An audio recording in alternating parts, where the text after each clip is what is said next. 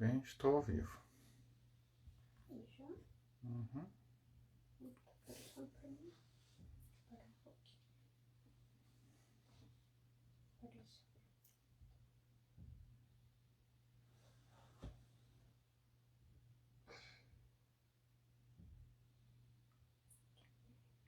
Boa noite para quem está entrando.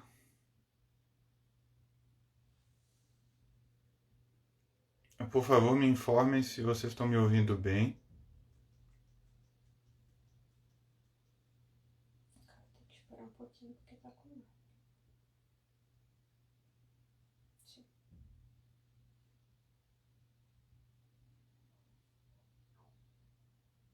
Uhum.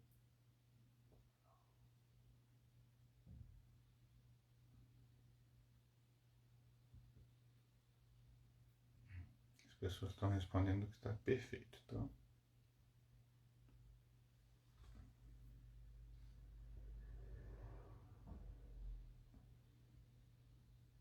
o que é isso que está batendo? Evento? O que está batendo? Olha só. Tudo que eu falo tá saindo aí bem alto. Então se for falar comigo, o que sente que vai sair da minha voz? Uhum.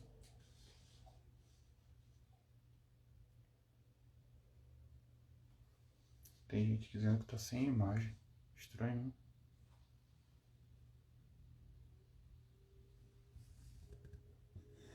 né? Agora funcionou. Tá. Então, pessoal, quem não está vendo imagem, sai e entra de novo, porque algumas pessoas dizem que isso funciona. Tá? Parece que nós estamos com tudo funcionando, então vamos começar. Eu já vi aí o Zé Lima. Boa noite, Zé.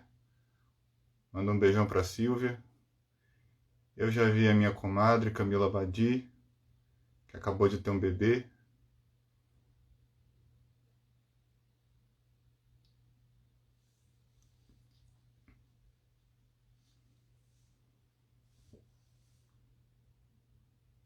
Dá palestra para grávidas e puérperas. É um privilégio todo especial. Não é todo dia que a gente consegue dar palestra nem para mulheres grávidas em estágio avançado e nem para mulheres que acabaram de dar à luz. Né?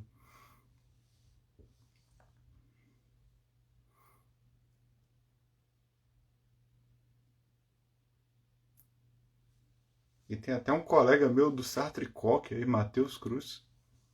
Olha só. Vou ter que sair aqui. Meu tá comentando. Tá bom então. Daqui por diante eu não vou mais olhar os comentários para poder me concentrar, senão eu não consigo me concentrar no que eu estou falando. Mas a minha esposa está aqui do lado olhando, então se aparecer alguma pergunta interessante, ela vai tentar me passar no momento apropriado e daí eu respondo, tá bom?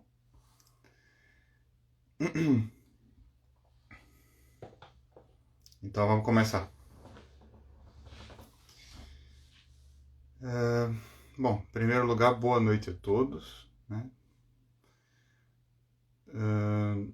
Nós colocamos como título dessa aula Introdução ao Método Socrático e de onde veio a ideia de falar de método socrático.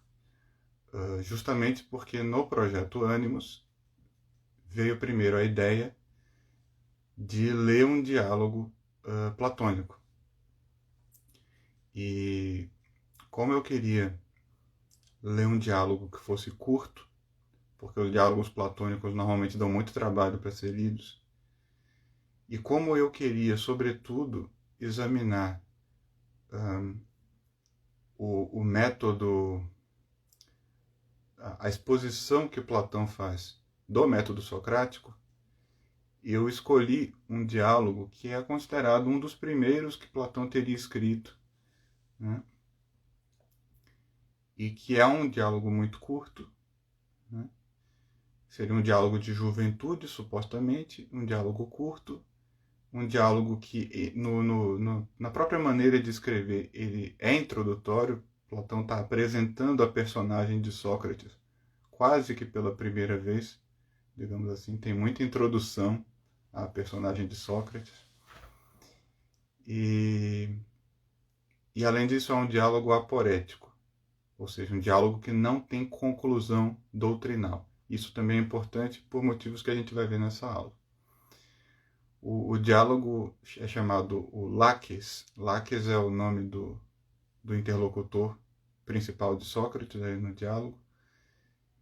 Laques é um soldado, um homem de vida militar. E o diálogo é sobre a coragem, né? Normalmente ele é intitulado Sobre a Coragem. Então o título do novo módulo do ânimo vai ser A Educação da Coragem. Coragem, porque é de fato o assunto do diálogo. Nós estamos ali lidando com soldados que estão falando dessa virtude. E educação, porque Sócrates sempre se interessa por educação, né? Ele transforma tudo em educação. E os próprios soldados estão interessados na educação dos filhos, em como tornar os filhos corajosos, como transmitir a virtude da coragem, ou melhor ainda, como produzi-la mesmo que você mesmo não a tenha, né? Como pelo menos você dá isso para o seu filho, uma vez que você talvez não tenha. Então o interesse das personagens ali é realmente em educação. Então eles discutem educação e eles discutem especificamente como desenvolver a virtude da coragem num jovem. Quais seriam os meios apropriados para isso? E é claro que quem conhece Sócrates já sabe que ele vai levantar a necessidade de primeiro saber o que é coragem. Então, como eu escolhi esse diálogo para a gente ler no Ânimos, veio a ideia de fazer uma aula sobre o método socrático, que seria uma aula assim, um pouco para introduzir os problemas básicos de você ler um diálogo platônico.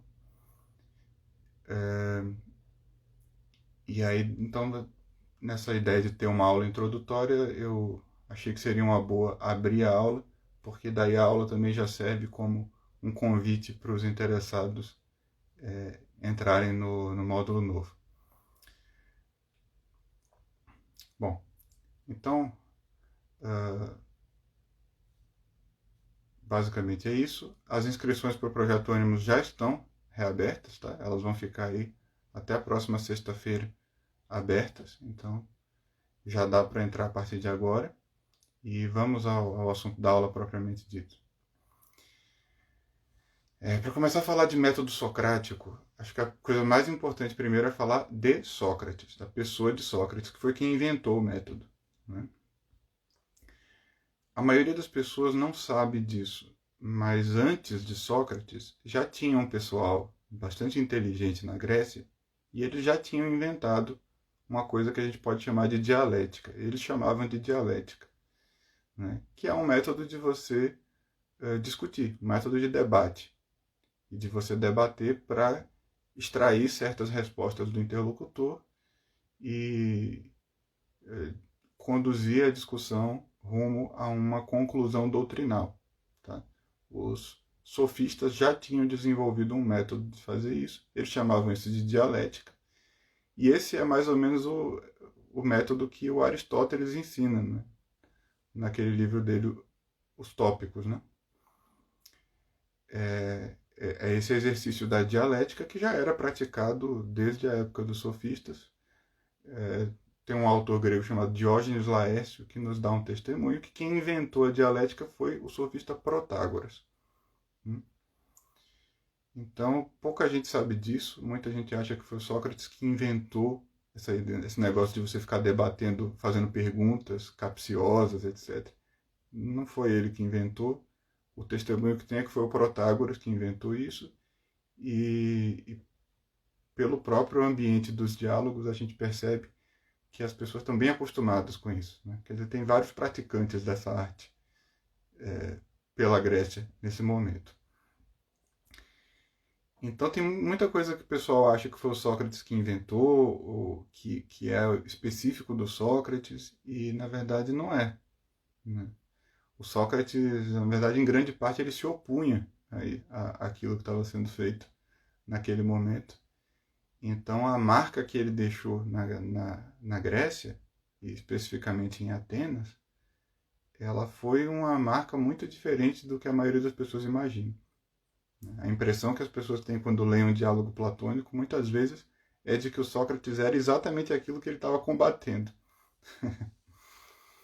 E não é à toa, porque, por exemplo, quando a gente lê a comédia As Nuvens, do Aristófanes, que é o grande comediógrafo ateniense do mesmo período, o Aristófanes representa Sócrates ali como o arquissofista, quer dizer, o sofista por excelência, com todos os defeitos de um sofista e inclusive bem exagerados. Então a impressão que o próprio Aristófanes tinha do Sócrates é de que ele era um sofista. E, no entanto, Sócrates era uma pessoa que se opunha radicalmente aos sofistas. Né? Então como é que fica isso? A gente muitas vezes tem uma impressão invertida do que o Sócrates estava fazendo ali.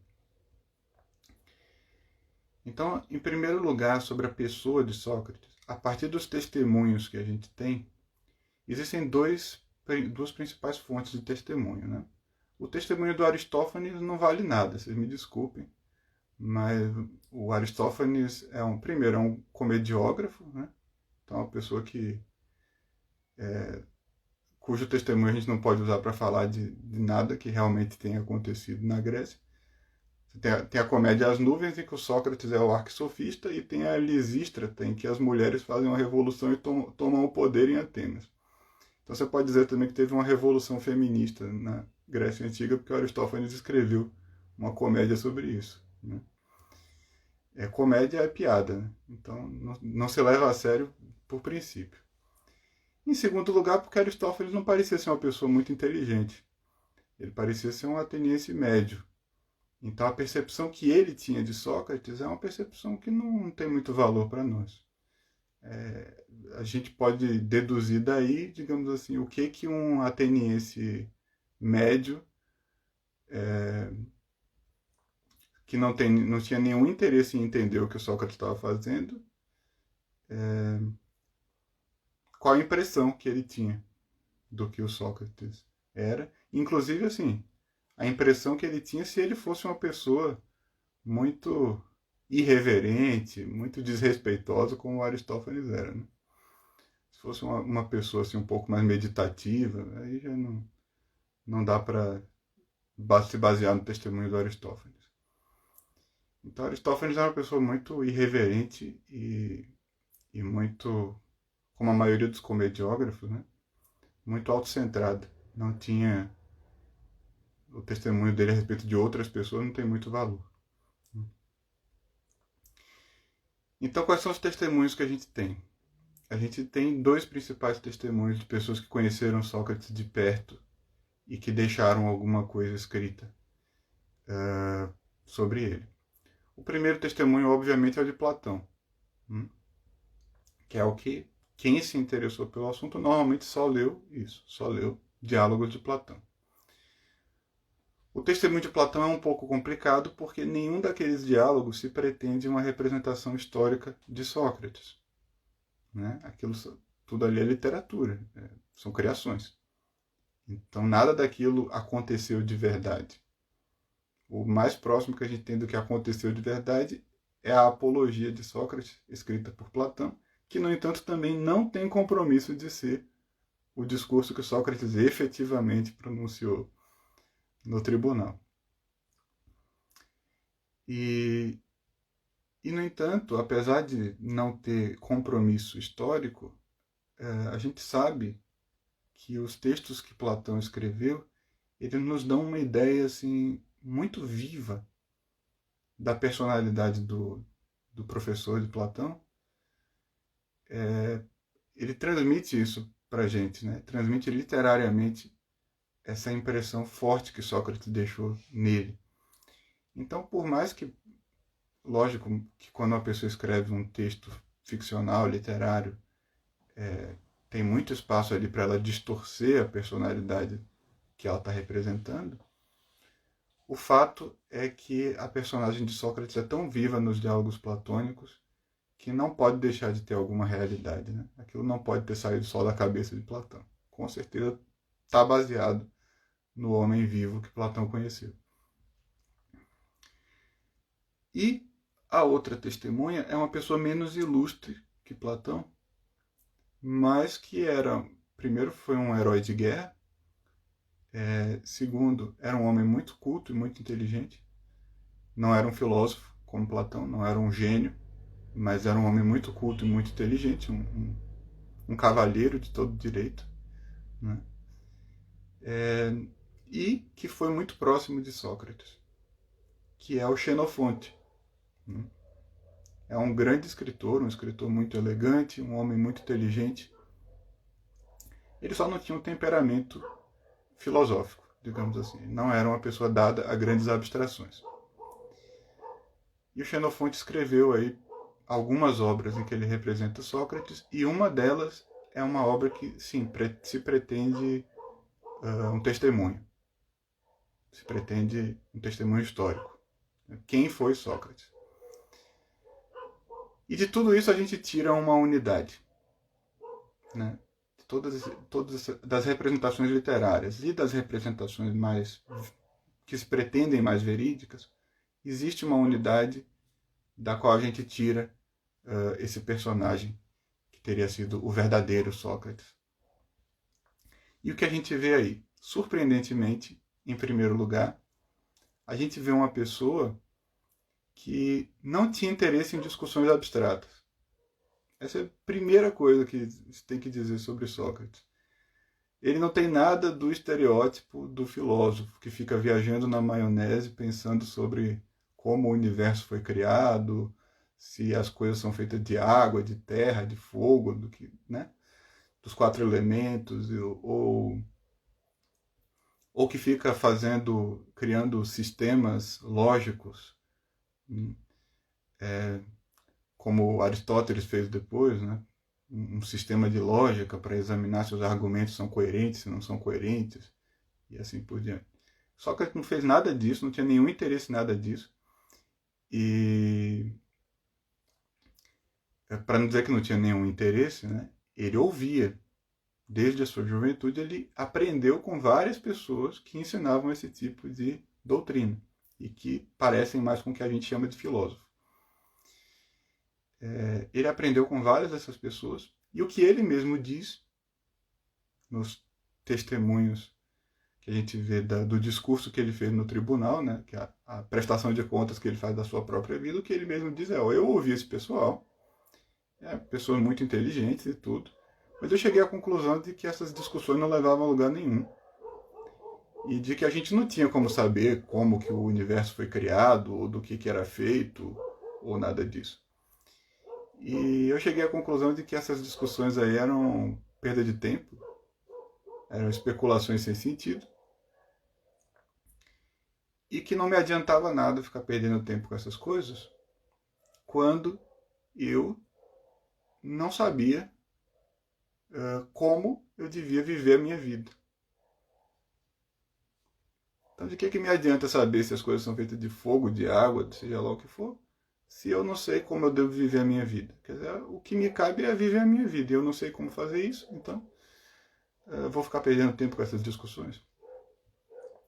E a gente vê o Sócrates falando coisas desse tipo em alguns lugares diferentes, tanto nos diálogos platônicos quanto no testemunho do Xenofonte. Né? Em alguns momentos ele fala esse tipo de coisa. E em parte é daí que vem o famoso só sei que nada sei. Né? Uma pergunta que as pessoas se fazem às vezes é: por que o Sócrates dizia isso? Só sei que nada sei. se na verdade todo mundo sabe que ele era um sujeito muito sábio e o próprio oráculo de Delfos teria dito que Sócrates era o homem mais sábio da Grécia. Então, como que ele dizia só sei que nada sei? Começa por aí. Começa pelo fato de que ele não possuía uma doutrina. Sócrates não tinha doutrina nenhuma, ele não tinha um sistema, ele não tinha uma teoria, ele não tinha. Né? Então, isso já é uma justificativa para ele dizer só sei que nada sei. Quer dizer, eu não tenho uma teoria. Todo mundo tem uma teoria. Tem um cara falando que o universo é feito de fogo, tem outros falando que é de água, tem umas pessoas falando que a política deve ser exercida do modo X, Y, Z, tem outras pessoas falando que a administração doméstica deve ser do modo beta. Eu não sei. Eu não tenho teoria nenhuma. Mas então como que uma pessoa que não tem teoria nenhuma pode saber alguma coisa? E esse é justamente o problema do oráculo de Delfos. Né? Depois que o oráculo de Delfos dá essa resposta a um discípulo, a um amigo de Sócrates que foi lá perguntar, o oráculo de Delfos dá essa resposta. Não existe nenhum homem mais sábio na Grécia do que Sócrates.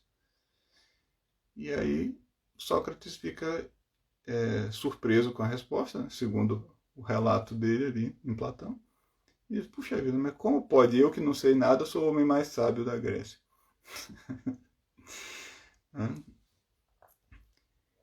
Então, aí o que acontece? O que ele começa a fazer depois disso? Ele começa a conversar com qualquer pessoa que ele encontra. E perguntar para aquela pessoa o que é que ela sabe. E aí ele vai confirmando que de fato ninguém sabe nada. E ele diz, um pouco brincando, né? Ele diz, então de fato eu percebi que eu era o homem mais sábio da Grécia. Porque ninguém sabia nada, mas eu pelo menos sabia que eu não sabia. Os outros nem isso. Né? Então, de fato, eu sabia mais do que eles. Na realidade, o que escandaliza a gente, ou que nos deixa perplexos, é que fica muito claro que sim, ele sabia alguma coisa. Né? E ele sabia bastante até. Então, como pode ele dizer que não sabe nada? Ele não tem nenhum conhecimento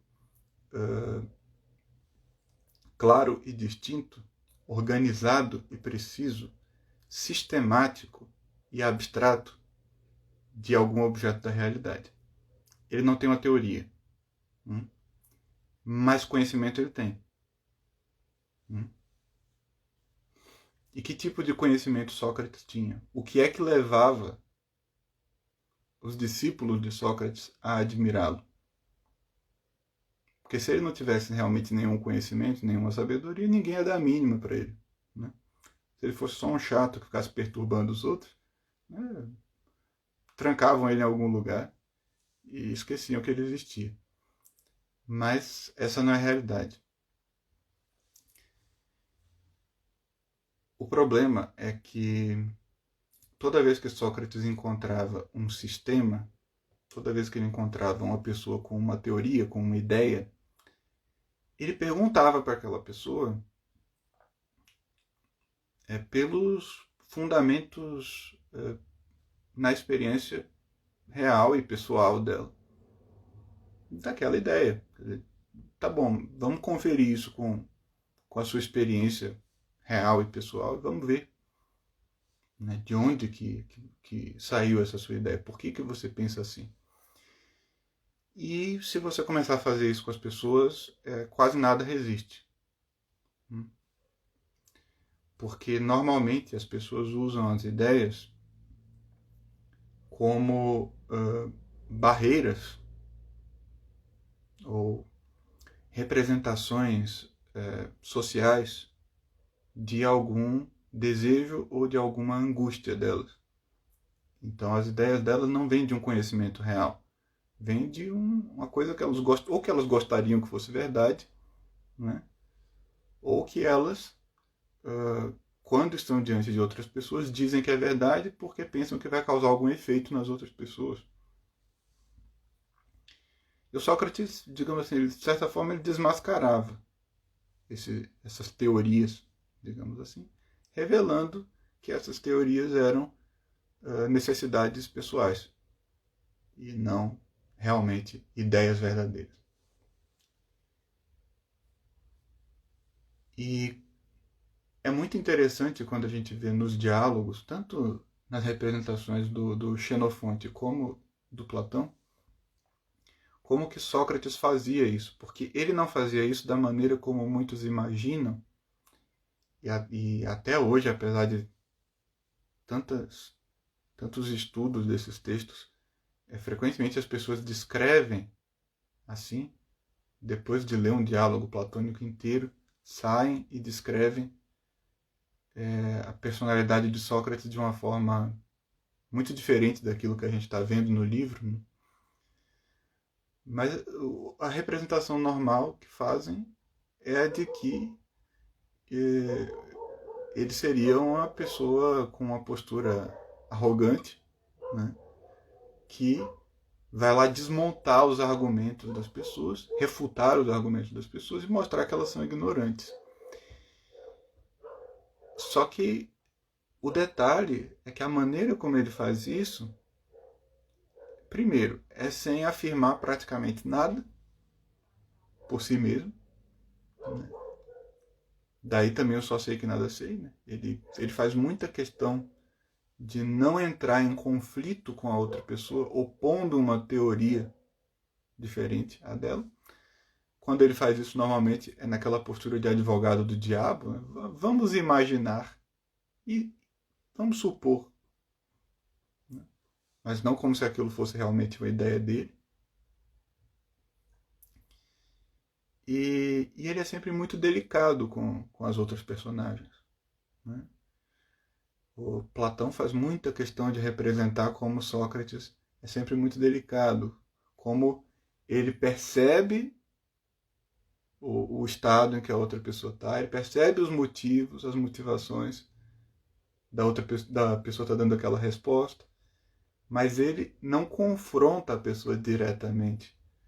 Em vez disso, ele direciona a pessoa para uma certa possibilidade, etc., que mostra que ele entendeu como é que está funcionando o raciocínio dela. E ele, por exemplo, ele percebe quando as pessoas estão nervosas durante uma discussão e ele acalma os ânimos sem colocar o dedo na cara da pessoa e dizer, você está nervosinho, né? E tal. Então ele é sempre muito delicado. E o Sócrates de Platão, ele é bem sarcástico às vezes, né? Às vezes ele dá umas tiradas assim que, digamos assim, algumas pessoas perceberiam e ficariam ofendidas. Embora os personagens do diálogo não percebam. Mas o testemunho de Xenofonte, por exemplo, mostra um Sócrates que aconselhava as pessoas a respeito dos problemas do dia a dia delas, né? Com uma perfeita paciência e tranquilidade, né? Nós temos, por exemplo, um testemunho no Xenofonte do Sócrates conversando com alguns atenienses sobre como a gente deve organizar a nossa casa, educar a nossa esposa, e etc. Então, questões absolutamente práticas e cotidianas, problemas de agricultura, né? Como é que a gente organiza o plantio da terra e tal. E o Sócrates estava lá conversando com as pessoas sobre isso e dando conselhos para elas, né? Ou pelo menos tentando extrair delas algum tipo de sabedoria espontânea. Tudo com a maior paciência. Tem uma cena dele dando conselhos para o filho que estava maltratando a mãe, né? O filho dele, que estava maltratando a esposa dele, Xantipa. E o Sócrates conversando com o filho, e você vê a paciência, a tranquilidade dele conversando com o filho ali no testemunho de Xenofonte. Então a gente percebe que ele era uma pessoa assim, bem tranquila, bem humilde, bem calma, e que ele não era esse tipo que saía por aí tentando desmontar os argumentos das pessoas. Quando ele encontrava uma pessoa que tinha uma opinião errada, ele compreendia a posição dela, ele entendia por que ela tinha aquela opinião, ele entendia qual era a limitação dela, e ele delicadamente ia confrontando a pessoa com a realidade dela, até que a opinião dela se tornasse insustentável, não para ele, mas para ela mesma. Né? Bom, por essa descrição toda fica parecendo que ele era uma pessoa maravilhosa e que era muito fácil conviver com ele, só que é o exato oposto que acontecia. Né? A gente deve se lembrar que ele foi condenado à morte por uma maioria razoável, não foi a maioria absoluta da Assembleia, mas foi uma maioria representativa. E suficiente, pelo menos. Né? Então, quer dizer, tinha bastante animosidade contra ele na cidade como um todo. Né? Não era só uma ou duas pessoas. Tinha muita gente incomodada com a presença dele. E se ele, de fato, fosse recebido assim como uma pessoa tão delicada, tão persuasiva, né? É claro que ele não teria gerado essa animosidade toda. Então, nós temos aí também esse outro lado. Sim, ele era muito delicado, ele era sutil, ele não tinha esse espírito de vencer debate, ele não tinha esse espírito de desmontar tudo para a pessoa ficar humilhada em público, nem nada disso. Né? Porém, era muito incômodo você participar de um interrogatório socrático. Muito incômodo. Então aí a gente já vai passando um pouco, né, da pessoa para o método. Né? Por que é tão incômodo você participar de um interrogatório socrático? Porque, embora a princípio o assunto pareça ser um assunto filosófico, e Sócrates conversava muito com pessoas que tinham um perfil intelectual, que tinham teorias, que tinham opiniões filosóficas, digamos assim. Muitas vezes o assunto começava ali. Vamos discutir aqui se a virtude pode ser ensinada. Vamos discutir o que é justiça. Tá bom. Só que, enquanto a maioria dessas pessoas de perfil intelectual gostam de discutir as coisas em abstrato, o Sócrates ele ia conduzindo a pessoa a discutir a experiência pessoal dela e as opiniões dela como indivíduo, as posições dela como indivíduo. E a pessoa se sentia exposta.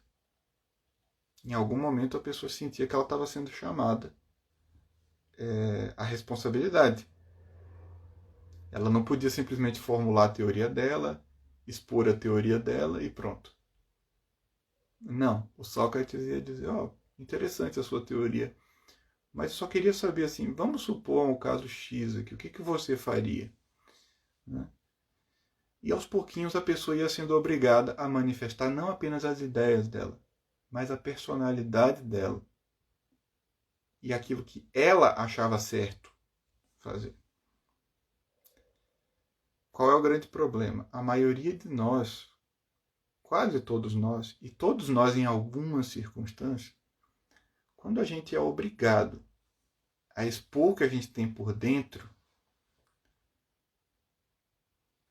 aquilo sai e a gente não gosta do que viu. A gente olha para aquilo e fala, tem alguma coisa errada com isso daí. Esse negócio que eu falei, tem alguma coisa errada. Só que aquilo, né, a gente falou. E de fato era o que a gente pensava. Então fica aquela sensação de que a gente não gostou, mas é o que a gente é. Então algumas pessoas diante disso, elas começam a refletir, dizem, olha, tem alguma coisa errada comigo, eu preciso rever. Aquilo ali que o Sócrates tirou de mim naquela hora, precisa ser revisto. Algumas pessoas fazem isso. muitas pessoas não fazem isso e ficam, na verdade, com raiva do Sócrates, que chamou a atenção para aquilo. Como se a gente pensasse assim, pô, ele precisava ter chamado a atenção para isso. Não podia ter deixado ficar só no plano das ideias, e daí eu não precisava me expor, e eu não precisava ver a feiura que tinha dentro de mim. Né? Então, o Sócrates de Platão, ele tem realmente um pouco esse lado da discussão abstrata, de refutar, etc. Ele às vezes faz isso mesmo.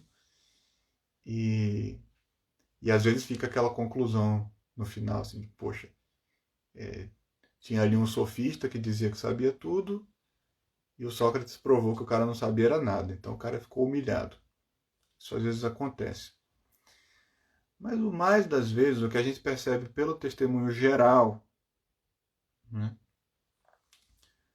sobre a figura dele, é que o que realmente ele fazia não era tanto refutar as ideias das pessoas, mas era confrontar as pessoas com os motivos pelos quais elas tinham as ideias delas.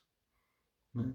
E ele fazia isso de uma forma indireta, mas que era suficiente para incomodar bastante. Então,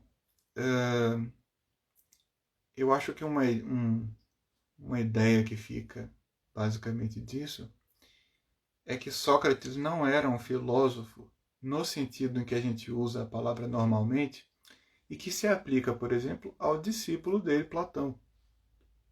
Né? E se aplica ao discípulo do discípulo, Aristóteles. E esses aí eram filósofos mais como a gente entende o termo hoje. Eram pessoas que se dedicavam a compreender e descrever coisas do mundo, realidade do mundo. Sócrates, ele se interessava sobretudo pela posição existencial das pessoas com quem ele estava dialogando, e ele confrontava as ideias delas com esta posição existencial. E é por isso que ele incomodava. Se ele ficasse só refutando as ideias, ele seria irritante. Mas ninguém ia querer matá-lo por isso. Tá cheio de gente hoje em dia também, né? Tá cheio de gente chata que fica o dia inteiro na internet tentando refutar os outros e tal. E a pessoa pode até ficar boa nisso, né? De tanto praticar, a pessoa às vezes consegue fazer umas refutações boas. E, no entanto, ninguém quer matar a pessoa, né? No máximo, no máximo manda a pessoa para casa, né? Bane a pessoa do seu respectivo canal e diz, oh, não quero mais ouvir as suas refutações, não. Isso é muito chato. Mas ninguém quer matar a pessoa. Agora, por que os atenienses sentiram a necessidade de matar Sócrates? Porque o que ele estava fazendo não era uma refutação de ideias. O que ele estava fazendo era expor pessoas. Ele estava expondo personalidades e não é que ele estava expondo em público. Ele estava expondo a pessoa para si mesma. E esse era o problema. Humilhar a pessoa em público é uma coisa horrível. Mas não é o que Sócrates fazia. Ele fazia isso de uma maneira sutil, só que a pessoa percebia e o culpava por isso. E o Sócrates foi acusado, né, de 2 crimes no tribunal de Atenas. Ele foi acusado de corromper a juventude, porque ele andava muito com rapazes jovens, né? Ele não gostava muito de conversar com gente velha, gente da idade dele. Ele andava com os rapazes, sempre cercado de rapazes, né? E daí diziam, ó, ele corrompe a juventude, ele fica ensinando coisa errada para a molecada. E a outra acusação foi de não acreditar nos deuses atenienses e acreditar em novas divindades que não eram cultuadas ali em Atenas. Se ele realmente era culpado desses crimes, bom, dar uma resposta exata é difícil, mas em alguma medida dá para responder. Primeiro, em relação à corrupção da juventude, o próprio Xenofonte dá uma resposta bastante eloquente, que é dizer assim, olha, Sócrates era o pináculo do autocontrole. Ninguém nunca viu Sócrates nem se exaltar. Então, como que ele corrompia a juventude? Corrompia sexualmente? Não faz sentido nenhum, porque ele advogava que os alunos dele nem mesmo se relacionassem sexualmente com ninguém. Ele advogava um tipo de celibato, digamos assim. Ele permitia o casamento, ele achava o casamento uma instituição útil, né? Ele mesmo era casado, mas ele advogava que os alunos dele, quando vissem uma pessoa bonita, por exemplo, nem olhassem. Porque ele dizia que aquilo já fazia mal. Você ficar olhando para uma pessoa bonita já fazia mal.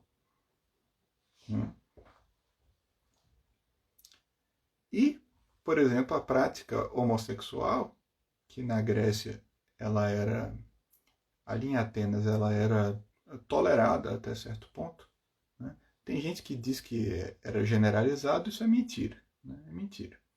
Não era generalizado, mas nessas sociedades pagãs o homossexualismo era tolerado e visto geralmente como um defeito menor, uma coisa assim que dava para passar, sabe? Não era uma coisa muito grave.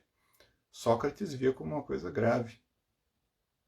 Ele chegou, por exemplo, na frente de todos os discípulos, uma vez que eles estavam reunidos. Xenofonte também nos conta isso, que Sócrates, uma vez, ele repreendeu um discípulo em público, na frente de todos os outros, porque o discípulo estava encostado no outro.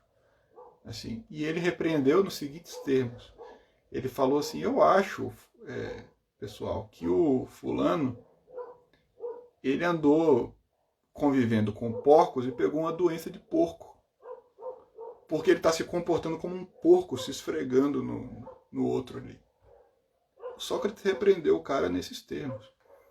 E esse outro discípulo dele depois se tornou um tirano, um dos 30 tiranos, e perseguiu ele, né, em Atenas. E provavelmente ressentido, porque foi exposto dessa maneira ali. Então você veja como que o Sócrates tratava a relação homossexual. Falava que era coisa de porcos, doença de porco. Ó, esse é o cara que corrompia sexualmente a juventude? Não dá, né? Sócrates era um adversário da gula, dizia que as pessoas só tinham que comer aquilo que precisavam, e pratos simples, e etc. E atacava constantemente os hábitos alimentares excessivos, né, dos atenienses dessa época, que faziam grandes banquetes, etc. Sócrates atacava a bebida. Então, qual era a corrupção que o Sócrates fazia da juventude? Obviamente não era a corrupção nesses termos, nos termos de costumes, né, de comportamentos virtuosos e viciosos. Porque, na verdade, ele era excepcionalmente virtuoso para o lugar onde ele vivia e para a época em que ele vivia. Ele tinha opiniões que eram francamente radicais e que eram incompreensíveis para a maioria dos contemporâneos dele.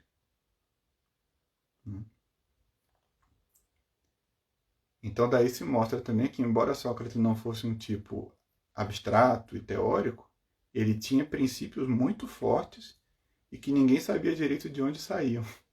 Né? Mas ele tinha. Ele era radical em algumas coisas. Não é que então ele não era cético. Né? Não é que ele dizia assim, eu não sei nada, então nada é verdade é relativa. Nada disso. Não era relativista. Ele tinha princípios muito fortes Só que esses princípios não eram baseados num sistema, eram baseados numa, digamos assim, numa impressão muito intensa, muito profunda da realidade, que ele mesmo explicava como sendo um espírito que comunicava certas verdades para ele no interior dele.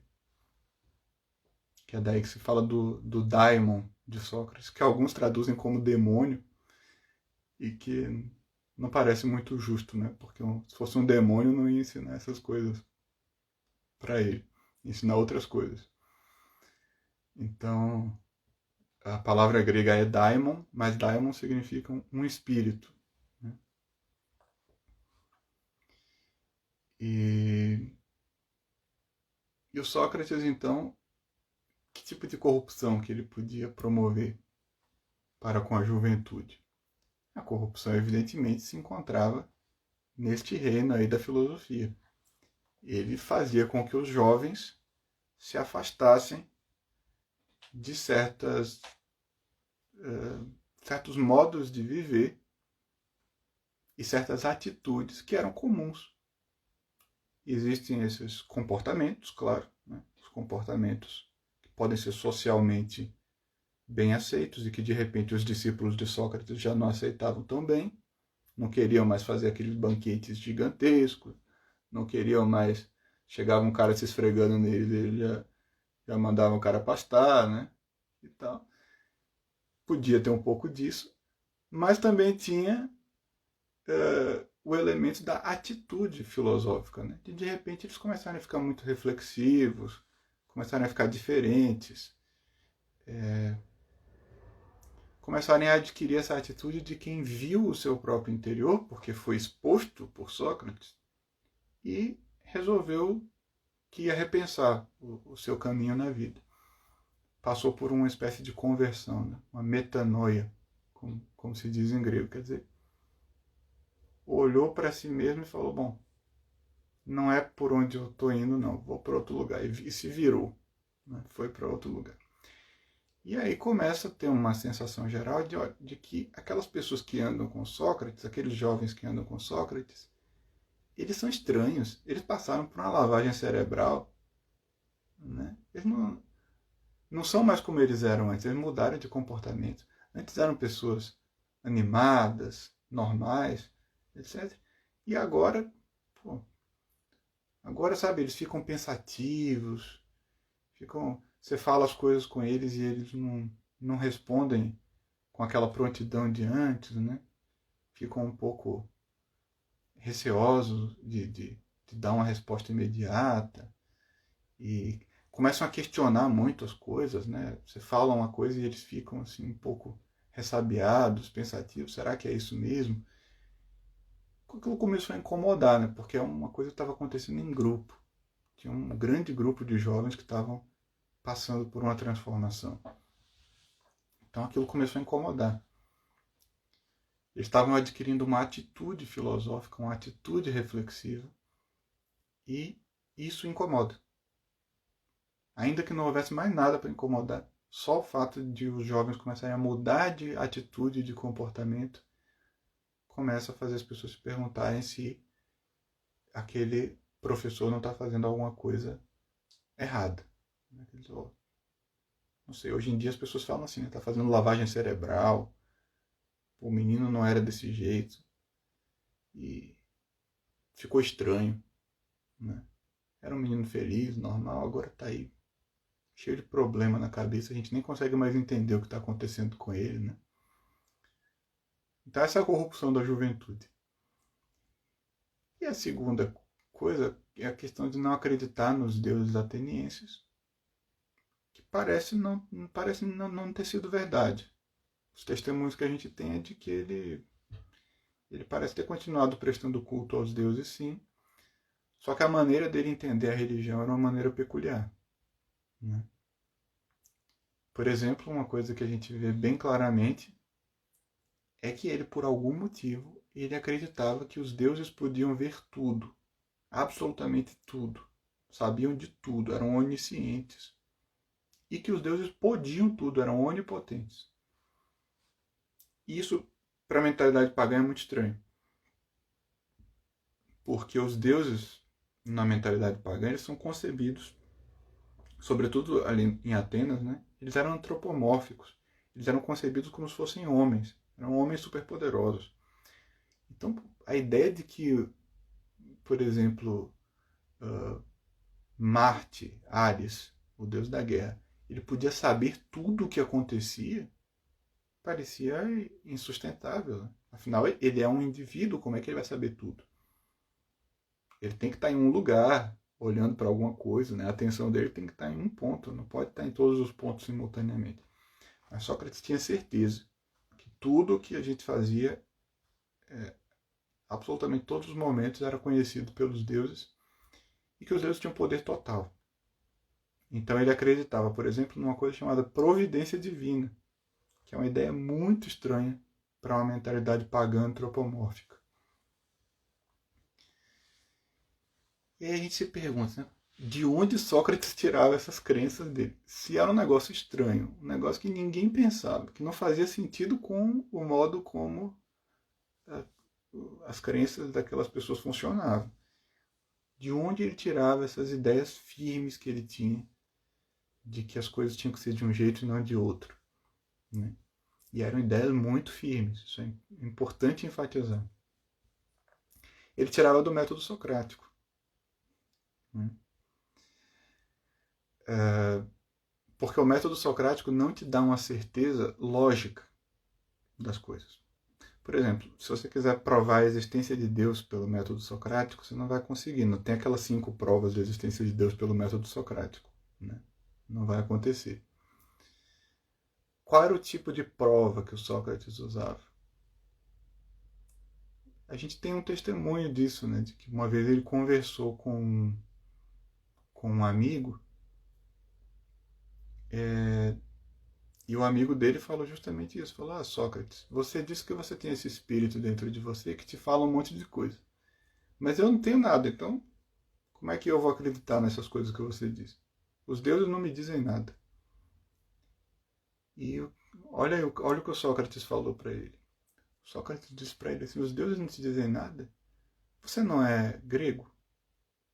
Então todas as revelações divinas que são feitas aos gregos são feitas a você também. Pessoalmente. Por exemplo, se o oráculo emite uma sentença, a sentença foi para você, porque você é grego. E o oráculo emitiu para todos os gregos. Né? O céu não te diz nada? Quando você olha para o céu, vê o sol, a lua, as estrelas, isso não te diz nada? Isso é uma mensagem dos deuses para você também. Né? E assim por diante. Então, qual é o método socrático que se vê aí? Esse é o método que o Sócrates usava nas discussões, efetivamente. Ele chamava a pessoa para as circunstâncias dela. E dizia, olha, você diz que os deuses não te dizem nada, mas os deuses estão falando com você agora. Olha ao seu redor, olhe para a sua experiência e você vai ver que eles estão falando com você. Então Sócrates era do tipo que ele achava que todo o conhecimento de que você precisava já estava à sua disposição. Só que você não estava olhando para ele, estava olhando para alguma outra coisa. Então o método socrático, em vez de consistir em você criar uma teoria que você vai usar para explicar a realidade, ele consiste em você pegar as suas teorias bonitinhas, jogar fora e olhar para a realidade. E, sobretudo, para a sua realidade, a sua experiência, os seus arredores. E as respostas vão vir daí. Não vão vir de uma teoria que vem de fora e que vai te dar as respostas. Seria interessante, né, se a gente pudesse vir com uma teoria e dizer assim, ó, qual o sentido da vida? Essa não é a pergunta que as pessoas associam com filosofia. Qual o sentido da vida? Tá bom. Será que existe uma resposta para isso? A gente pode, né, reduzir a uma resposta abstrata que vai valer para todos os casos. Por exemplo, a gente pode dizer que o sentido da vida é a gente cumprir a vontade daquele que nos criou. Bacana. Só que o problema é o seguinte: essa resposta é verdadeira, ela é válida universalmente, né? Só que ela tem que ser traduzida no caso concreto. Então ela é válida, ela é verdadeira, mas ela não resolve o meu problema. Porque ela é válida em abstrato. E eu quero uma resposta concreta, eu não quero uma resposta abstrata. A resposta abstrata sobre o sentido da vida não me diz nada. O catecismo da Igreja Católica diz que o propósito da vida humana é amar e servir a Deus. Está correto. O problema é, cada um tem que fazer isso de uma maneira específica. A resposta está correta, não tem nada de inútil, né? Porém, ela ainda não responde ao anseio que levou a pessoa a fazer a pergunta. Então o problema de Sócrates era esse. Ele também não era do tipo que dizia toda teoria é inútil em si mesma, em absoluto. De jeito nenhum, ele, inclusive, assistia a aulas de pessoas que tinham teorias, né? Contudo, ele percebia que essas teorias elas costumavam ser levadas a sério demais. Digamos que as pessoas meio que se escravizavam a elas e tentavam desenvolvê-las até um ponto exagerado para obter uma satisfação existencial que aquelas teorias não podiam dar.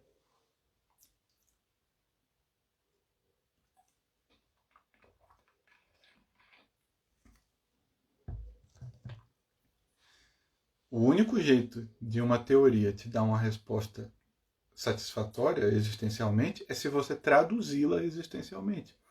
E traduzi-la existencialmente significa vivê-la. O problema do método socrático é como viver uma verdade.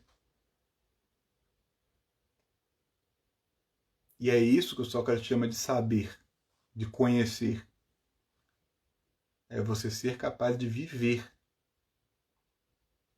uma determinada verdade. Se fosse fácil, todo mundo fazia. Não é fácil.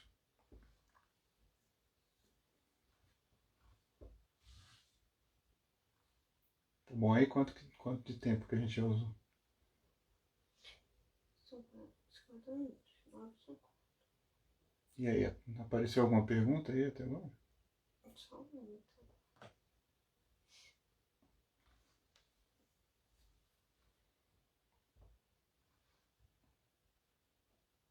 Eu faço pergunta que apareceu?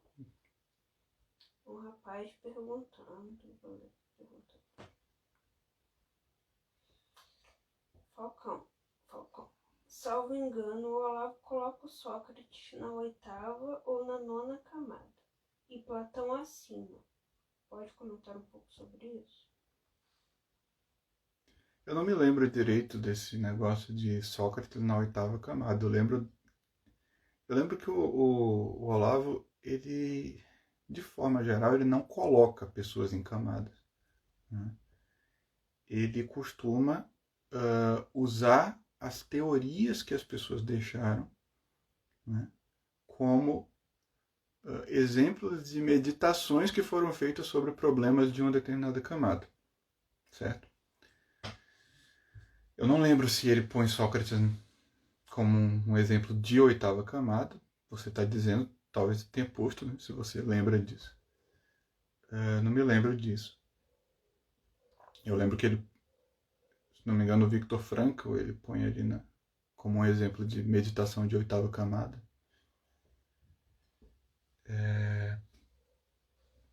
Agora, a pessoa de Sócrates, né, 12ª camada.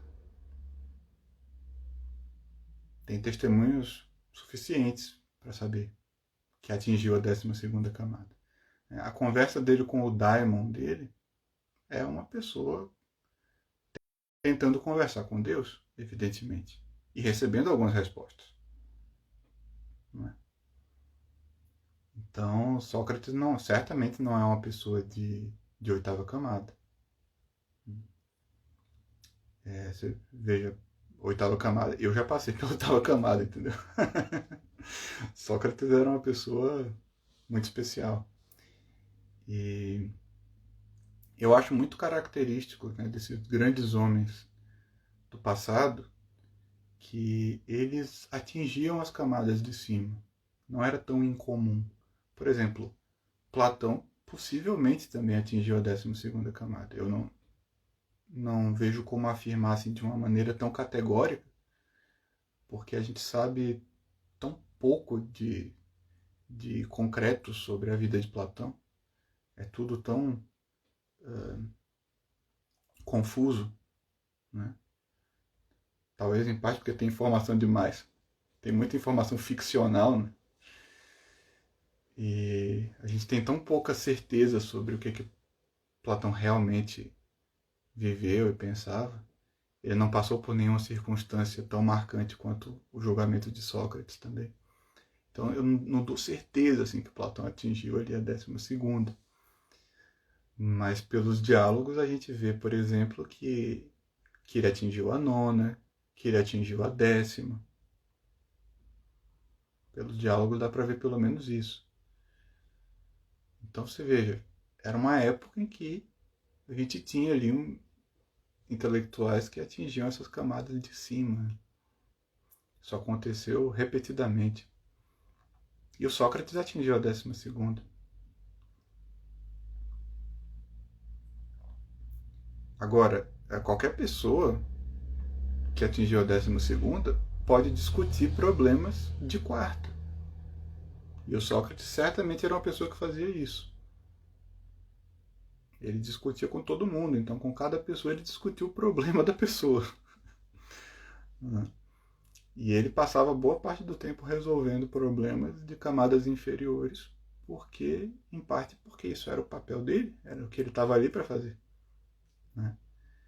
A gente vê no testemunho do Xenofonte, né? No testemunho do Platão, o Sócrates parece uma pessoa que está nas nuvens. Mas no testemunho do Xenofonte, a gente vê um Sócrates que conversa com o filho, adolescente, sobre estar desrespeitando a mãe, que conversa com dois irmãos que estão brigando. Ele encontra na rua ali dois irmãos de outra família que estão brigando, ficam sempre brigando, um maltratando o outro. E aí ele chama um de canto e tem uma longa conversa com o cara, assim, explicando para ele por que ele tem que tratar o irmão dele bem. Né? Você veja, Sócrates gastava o tempo dele com esse tipo de conversa. Então, podem ser problemas de quarta camada, de quinta camada, de sexta camada, mas ele discutia. Né? Platão é a mesma coisa, tem problemas de várias camadas que a gente pode encontrar discutidos em Platão. Mas a gente vê que pelo menos a gente vê problemas de 10ª sendo discutidos. Então a gente percebe que ele tinha capacidade de discutir esses problemas. E o Sócrates, essa relação dele com, com o mundo espiritual e o modo como ele morreu dá um testemunho muito forte de que ele tinha uma percepção de 12ª camada. Ele não morreu ali como uma pessoa que estava vivendo para si mesma, como morreria uma pessoa de 8ª camada, que estava vivendo para ser fiel a si mesmo, aos seus princípios. Ele deixou bem claro que ele estava morrendo ali porque ele estava sendo fiel ao Deus. Ele disse assim: o Deus me mandou filosofar. O Deus me mandou conversar com vocês e ficar expondo vocês. E eu vou fazer isso o resto da vida. Então, se vocês me absolverem aqui, eu vou sair e vou continuar irritando vocês. Eu não vou parar. E eu não vou parar porque o Deus mandou. Percebe? Esse é o motivo dele. O motivo dele é que ele não está nem aí para o que a gente pensa. Ele está ligando para o que o Espírito diz para ele. E o Espírito disse a ele que os atenienses estavam todos errados e que ele tinha que corrigir. Então ele ia continuar corrigindo até matarem ele. Foi isso que ele fez. Então ele morreu com um espírito de 12ª camada.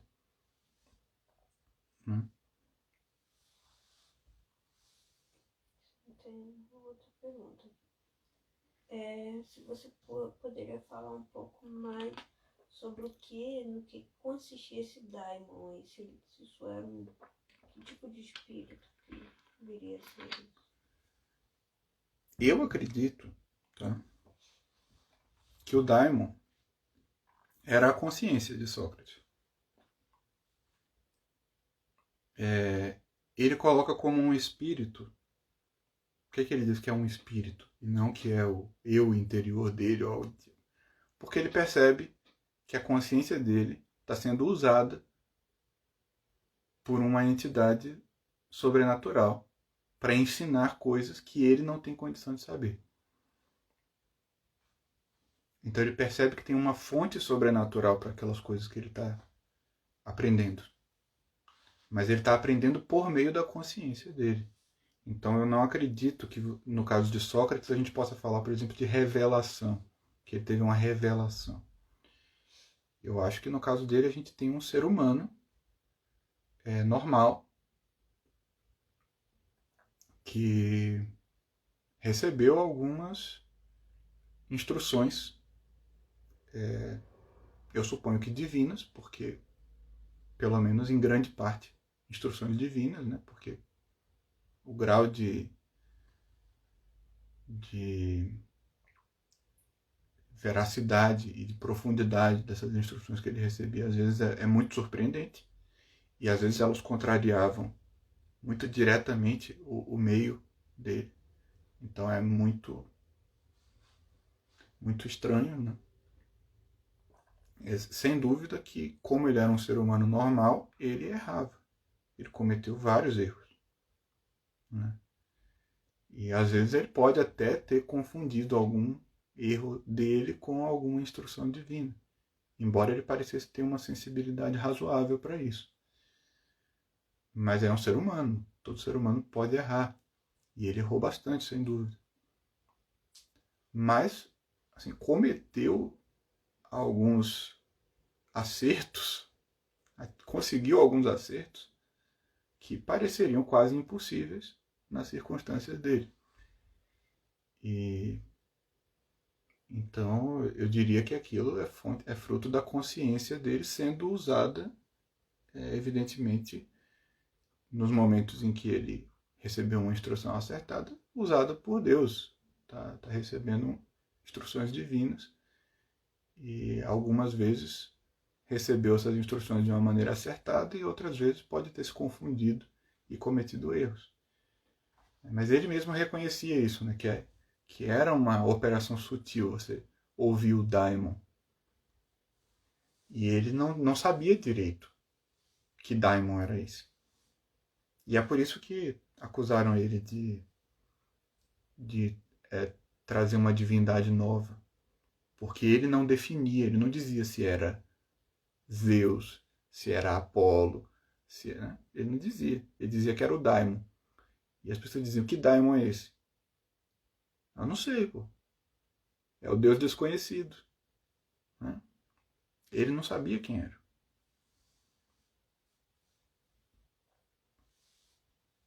Então eu acredito que ali não tem nada de revelação, não teve visões, não teve nada disso. É simplesmente uma pessoa que aprendeu a acessar a consciência dela e recebeu algumas instruções de Deus por meio da consciência, como todos nós podemos fazer. Só que a pessoa normalmente só consegue fazer isso com uma grande pureza e receber instruções assim claras na 12ª camada, depois de limpar a consciência dela daquele monte de porcaria das camadas anteriores. Porque quando não é assim, as camadas anteriores ficam criando muita confusão, muito ruído, e você não sabe distinguir o que veio de Deus, o que veio do diabo, o que veio da sua própria cabeça. Você não consegue distinguir. Porque você tem muitas imperfeições em linguagem teológica, né? Você tem muitos desejos, você tem muitas preocupações que estão abaixo de Deus. Então a sua consciência, ela não consegue, você não consegue acessar a sua consciência de uma maneira tão pura.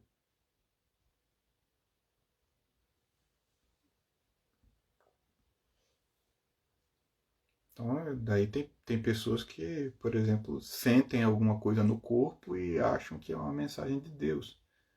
Qualquer coisa que você sentir no seu corpo. Não dá, né? Você vai sentir coisa boa e vai sentir coisa ruim também. Não dá para você só partir do critério de que se você sentiu, veio de Deus. Não dá.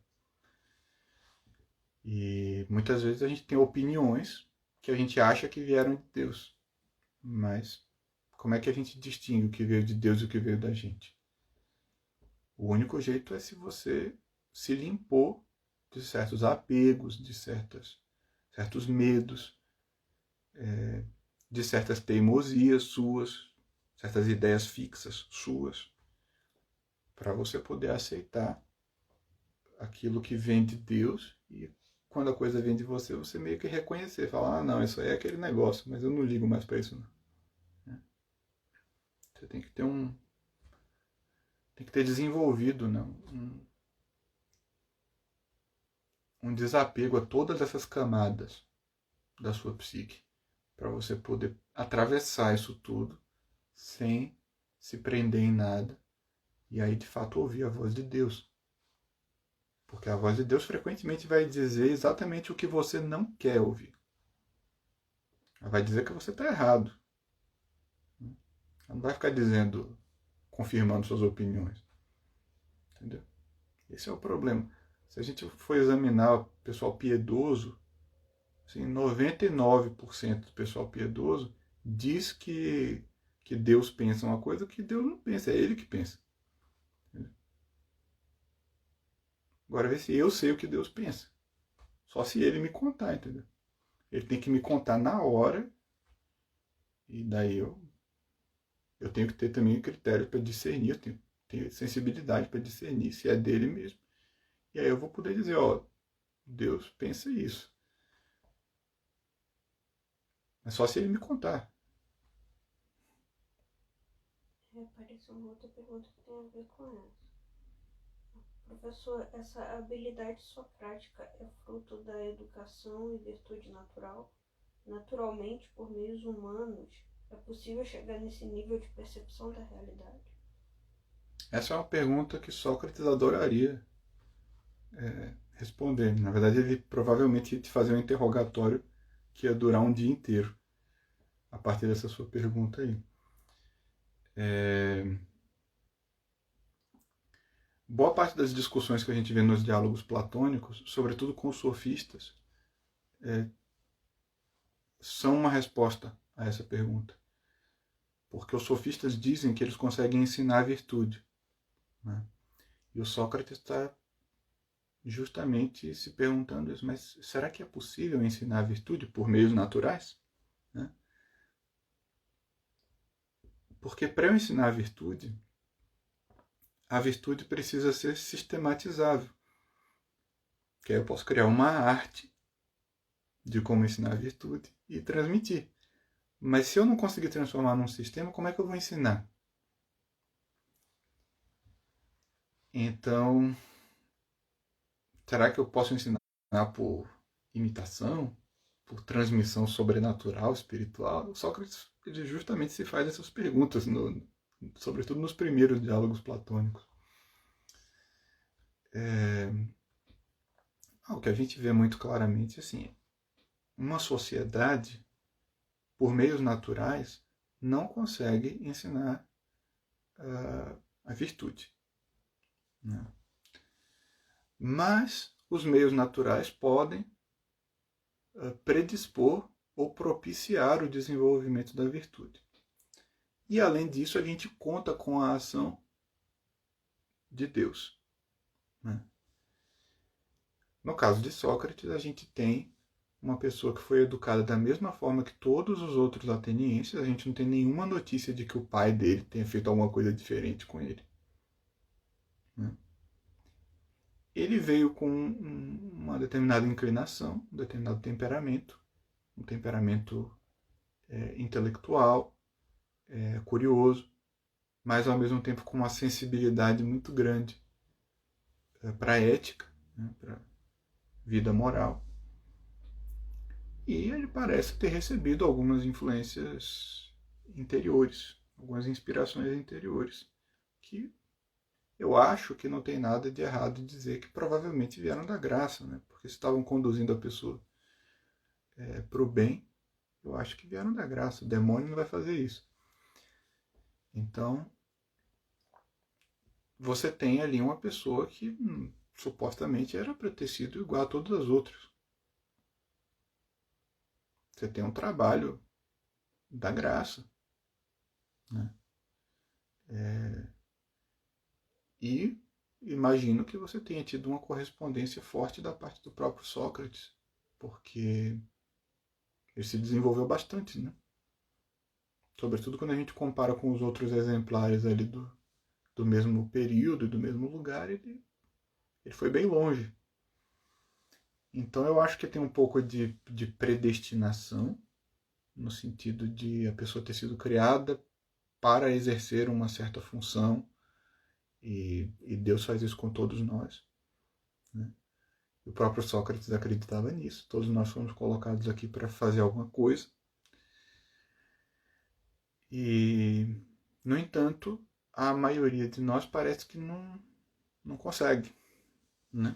A gente fica perdido no meio do caminho com as nossas próprias maluquices, com as nossas próprias ideias, com as nossas próprias confusões. O Sócrates parece ter passado por um período em que ele ficou assim tentando aprender várias teorias e etc. Ele parece ter passado por um período de formação também. E chegou um momento que ele entendeu, ele falou, olha, não é por aqui. Essa minha curiosidade não vai me levar a lugar nenhum. O que me importa é saber como eu devo viver a minha vida. E isso parece ter sido mais ou menos ali o ponto de equilíbrio, né? Em que ele retomou o caminho certo e conseguiu avançar mais. Porque a partir do momento que ele começou a ouvir essa voz interior dele, a voz da consciência dele, começou a se concentrar nisso, ele parece ter se desenvolvido muito e se tornado uma entidade quase sobre-humana aos olhos dos outros gregos da época. As pessoas, de fato, muitas pessoas olhavam para ele e achavam impossível, achavam que aquilo não fazia sentido, que não era um ser humano normal. Mas ele parece ter sido um ser humano perfeitamente normal, apenas amadureceu bem mais do que a maioria. Então não acho que dá para você atribuir isso a meios naturais, no sentido de alguma coisa que pode ser reproduzida mecanicamente. O Sócrates acho que seria contra essa ideia, né? Ele seria terminantemente contra a ideia de que você pode pegar o desenvolvimento de um ser humano e transformar numa técnica e fazer por meios. Mas, se você reconhece que tem alguns meios que podem propiciar, como por exemplo o diálogo, o diálogo pode propiciar o amadurecimento do ser humano, pode estimular. E aí você usa esses meios e conta com a ação do Deus, né? E com, digamos assim, claro, com a participação do indivíduo. O indivíduo tem que colaborar. Se você conta com esses dois elementos e você faz a sua parte usando os meios convenientes, aí a coisa pode acontecer. Contudo, você tem que se lembrar que das três partes, você está fazendo a menos importante, a mais acessória, inclusive desnecessária. Não é rigorosamente necessária. Você só está chamando a atenção da pessoa para algumas questões que podem ajudá-la. Mas, na verdade, o que você está fazendo é auxiliar. Você não está realmente... Você não é uma parte essencial do processo. E os meios que você está pondo em prática são meios fluidos. Daí vem também uma ideia que, sobretudo, o seu discípulo Platão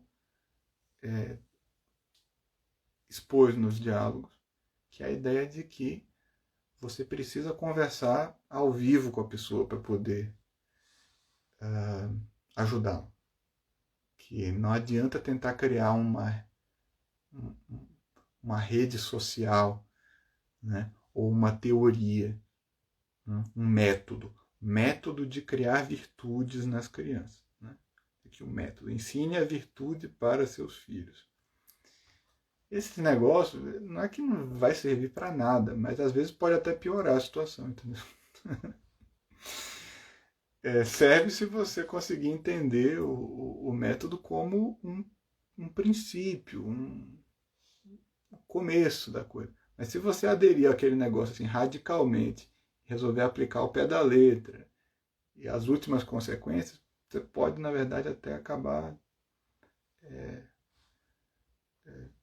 piorando a situação. Né? Então, para aplicar o método, você precisa de prudência. Né? E a prudência é uma coisa que se dá dentro de você. O método não vai te ensinar a prudência. Então, essas coisas podem ser usadas assim, apenas como guias gerais, mas as decisões são tomadas por pessoas. E toda vez que você toma uma decisão no sentido de educar uma outra pessoa, você precisa saber que você está só fazendo a parte menos importante, que é chamar a atenção dela para um problema. Se ela vai realmente se corrigir e achar o caminho certo, vai depender um pouquinho de você, um pouquinhozinho, muito dela e muito mais ainda de Deus, né, do Espírito Santo. Porque quando a gente examina a coisa da maneira como é, você pegar uma pessoa que não achou o caminho certo e colocar a pessoa no caminho certo é uma diferença assim de 0 para 1, sabe?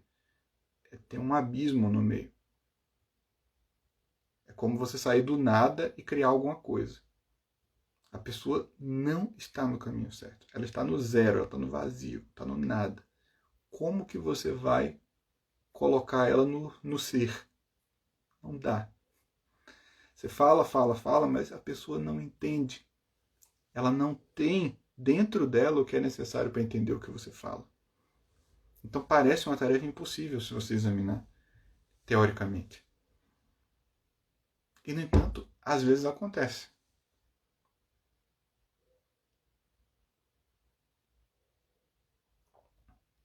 Só que o que a gente percebe é que muitas vezes a gente tenta ajudar e atrapalha. Né?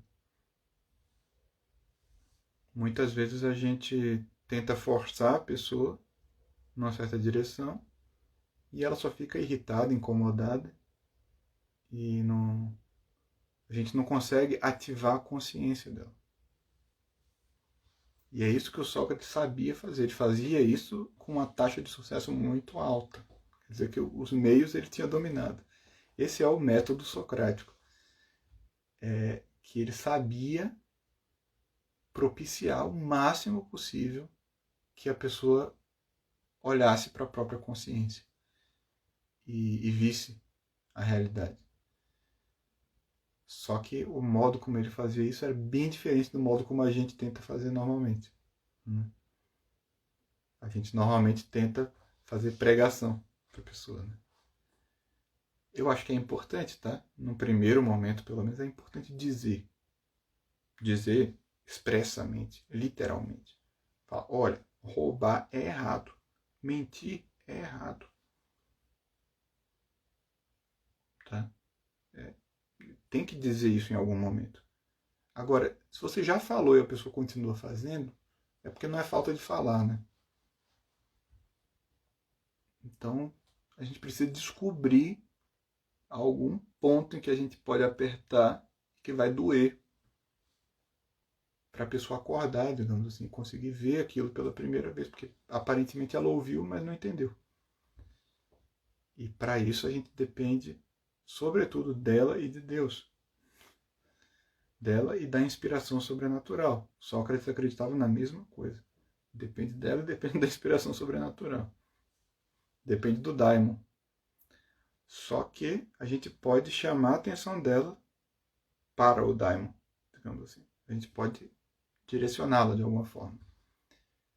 Só que a maioria das pessoas, mesmo quando você consegue fazer isso, você é bem sucedido, pelo menos um número razoável de pessoas sente uma dor quando vê e automaticamente já tenta fugir daquilo e não quer mais escutar. Então é preciso também a gente reconhecer isso. Uma coisa que eu percebo na minha experiência é que tem uma diferença. Quando a pessoa não está entendendo nada, tem gente que você fala, a pessoa não está entendendo nada. Ela não entende por que você está dizendo aquilo. Você diz para a pessoa, ó, fazer isso aqui é errado. E a pessoa, aquilo simplesmente não entra na cabeça dela.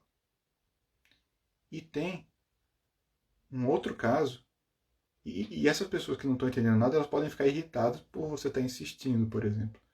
Ah, você fica repetindo a mesma coisa, já entendi. Não entendeu nada, mas acha que entendeu. Então, já entendi, pô, para de repetir isso, é muito chato.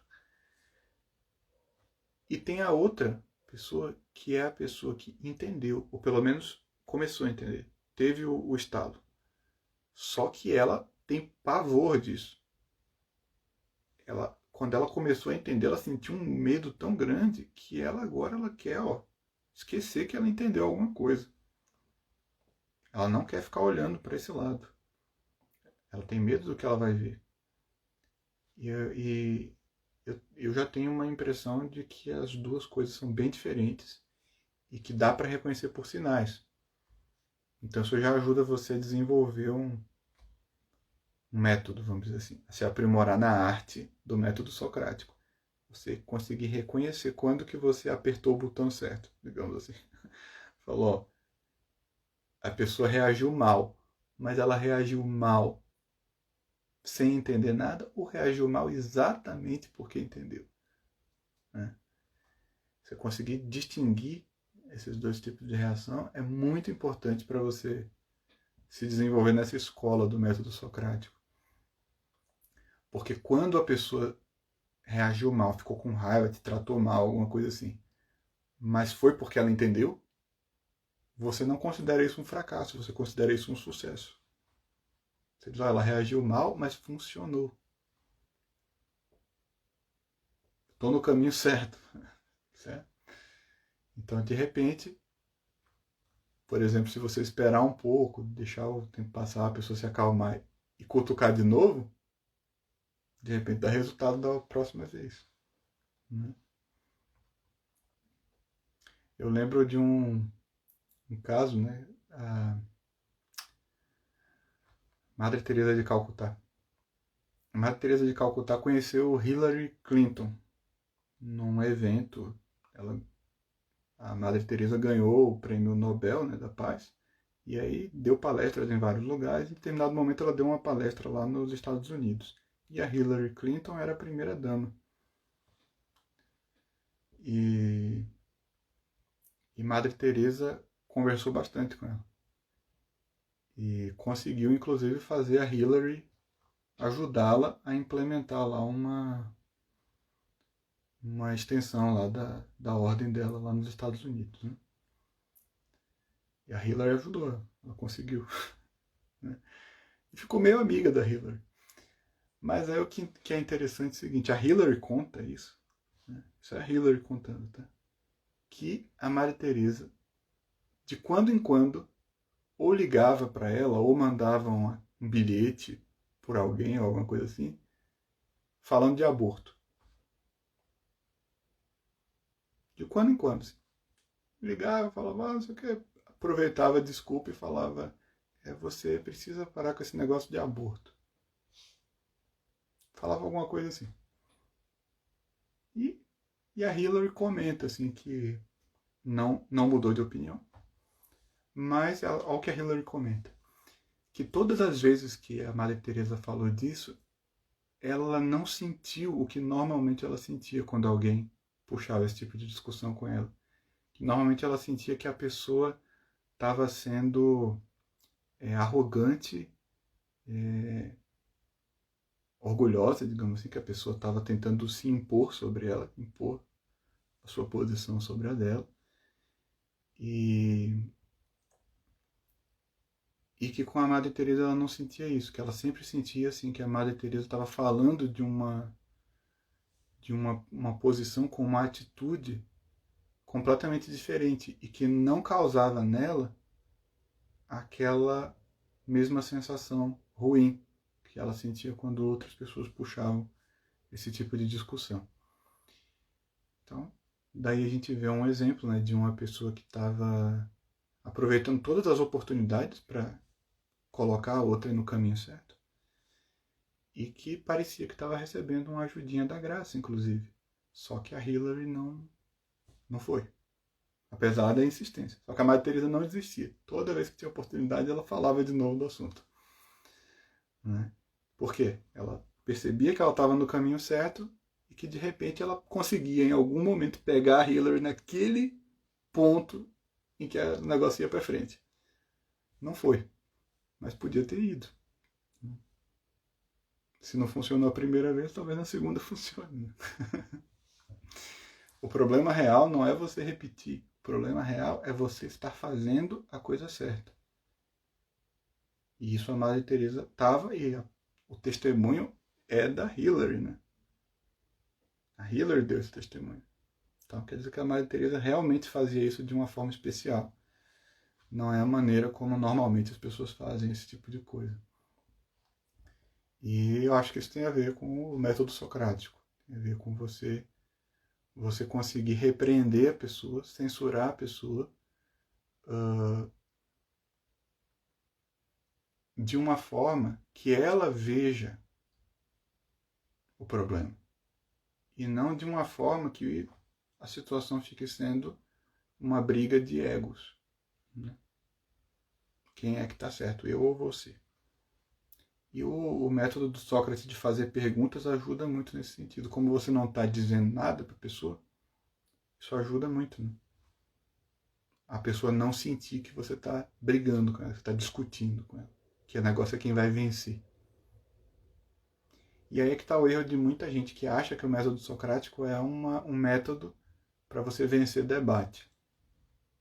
O que o Sócrates estava fazendo ali era tentar convencer o interlocutor de alguma coisa. Ele não estava tentando convencer ninguém de nada.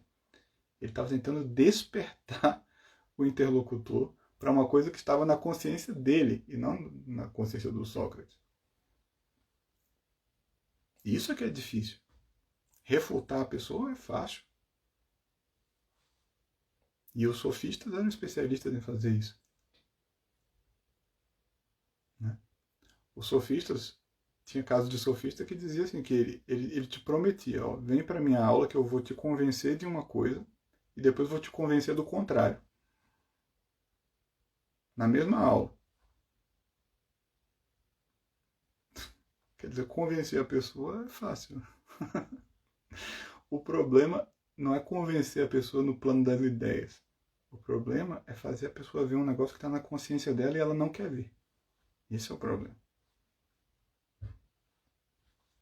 É fazer a pessoa reconhecer o lugar existencial dela.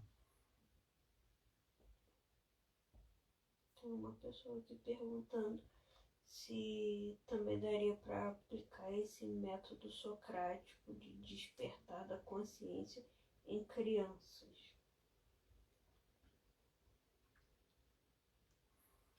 Uma coisa que eu tenho reparado com crianças, né? Em primeiro lugar, as pessoas muitas vezes acham que a criança está usando a razão quando a criança não está, ela está só imitando. Né?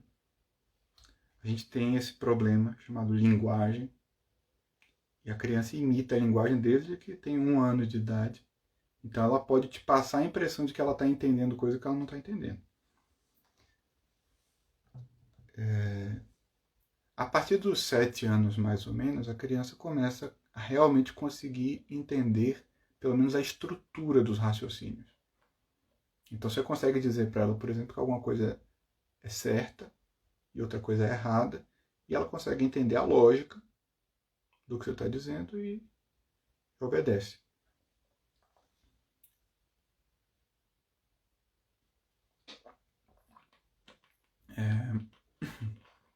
Qual o problema? A consciência humana ela se desenvolve muito lentamente por conflitos com várias circunstâncias, né?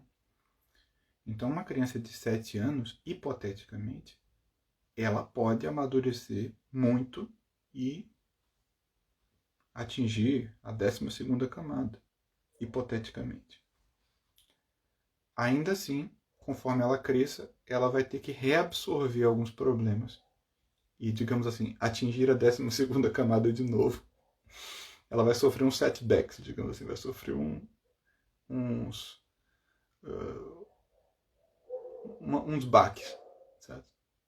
Vai cair do cavalo de vez em quando, vai ter que subir de novo. Porque ela vai ter experiências completamente novas e que ela vai ter que reabsorver na mentalidade dela. Depois que a gente atingir uma certa idade, digamos assim, uns 30 anos mais ou menos, a gente já teve todas as experiências fundamentais da vida. Não vai mais ter nenhuma experiência realmente, essencialmente nova neste mundo aqui. Este mundo aqui é só essa porcaria mesmo, não tem mais nada. Né?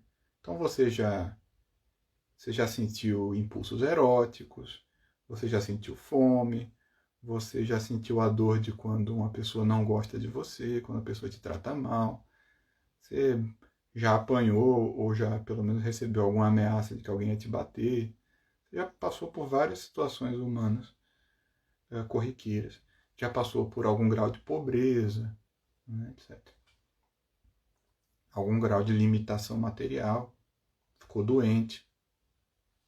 Então você, basicamente, você já viu ali o que a vida humana natural tem a oferecer.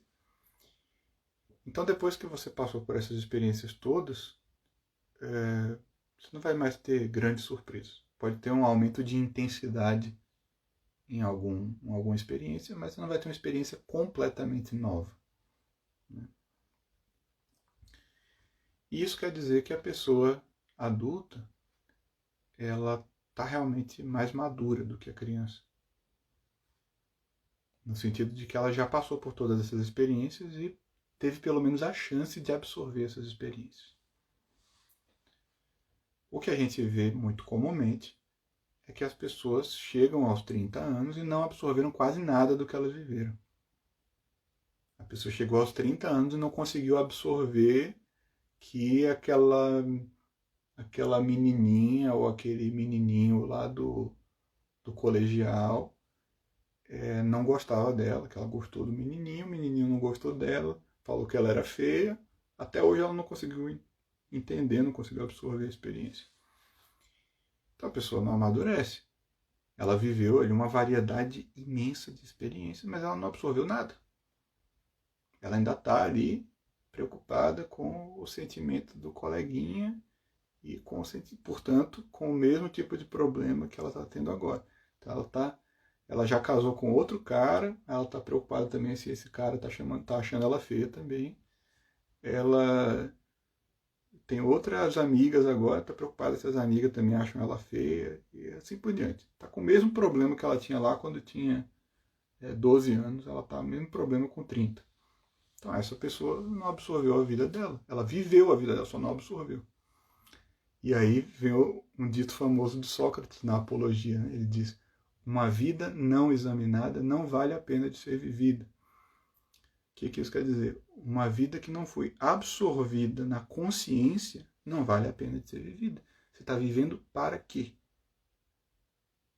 Você está vivendo na superfície da vida. Mas, na verdade, as coisas estão acontecendo com você e não estão entrando na sua consciência. Então, você não está se tornando melhor por causa das experiências que você tem. Então, a gente tem uma expressão que muitas vezes é usada aqui no Brasil, se fala: eu passei pela escola da vida. A escola da vida é uma escola muito real, verdadeira, verdadeiríssima. O problema é o seguinte: a escola da vida também tem boletim. Tem que ver qual foi a sua nota no boletim da escola da vida. Porque você pode ter passado pelas aulas, mas não aprendeu nada, entendeu? E aí você fica passando pela mesma aula de novo, não aprende nada. Então, considerando isso, algumas crianças podem atingir estágios de maturidade muito superiores ao de alguns adultos. Né? Em suma, moral da história, lógico que você tem que educar a criança desde os mais tenros anos, de acordo com a capacidade dela. A criança muito pequenininha, de 1, 2, 3 anos, ela só entende duas coisas, prazer e dor. Só isso. Então, se você quiser direcioná-la para coisas boas, você tem que fazer as coisas boas oferecerem algum tipo de prazer. E as coisas ruins têm que oferecer algum tipo de dor. E é por isso que existe um negócio chamado castigo, que a nossa sociedade abomina. E é porque a nossa sociedade abomina castigo que as pessoas estão crescendo e virando monstros. Né? Porque criança pequena só entende prazer e dor, não entende mais nada. Então tem que ter algum tipo de punição quando ela faz coisa ruim. Se não tiver punição, ela acha que foi bom. Né? E depois que a criança cresce um pouco, você consegue raciocinar e explicar as coisas para ela. E daí você tem que adaptar os métodos às capacidades. Conforme a capacidade da criança cresce, cresce o nível dos métodos até chegar no diálogo socrático, por que não, né? Eu vejo que, sobretudo com adolescentes, a gente consegue fazer diálogos socráticos. Não é à toa que Sócrates andava com os adolescentes, né? E vocês vejam uma coisa, todo mundo fala mal de adolescente, né? Eu não entendo isso. Eu não entendo. Para mim, adolescente é o bicho mais fantástico que existe. Né? Adolescente que foi mal criado, claro, ele vai ter um monte de hábitos ruins. Vai dar trabalho para desfazer, mas, francamente, a culpa não é dele, né? Ele não chegou aos 15 anos cheio de hábitos ruins, sozinho. Ou ele imitou isso de alguém, ou ele desenvolveu por impulsos próprios e ninguém fez nada para reprimir. Então, culpa também não é dele. Né? Digamos que a culpa no cartório, pelo menos, não é totalmente dele. E se ele tivesse recebido uma educação excelente, provavelmente não seria um monstro. Né? Então, eu acho adolescente fantástico exatamente por isso, porque você pode conversar com o adolescente. Com criança, você pode explicar as coisas em termos simples. Você sempre tem que simplificar muito. Você tem que fazer aquele discurso um pouco preto e branco, né? E com adolescente você pode botar o dedo na consciência dele, porque ele responde. Ele tem uma percepção boa da consciência dele. E eles podem às vezes ser arrogantes, podem às vezes ter um monte de defeitos, mas com o tempo, e se você tiver a paciência de Sócrates, você consegue chegar lá, você consegue atingir o fundo da consciência dele. E é muito bom você ver um ser humano adulto nascendo. Né? Isso você só vê no adolescente. Na criança, a criança de 7, 8 anos, às vezes você descobre nela, no fundo dela, uma pessoa surpreendentemente capaz. Mas às vezes, né? Às vezes.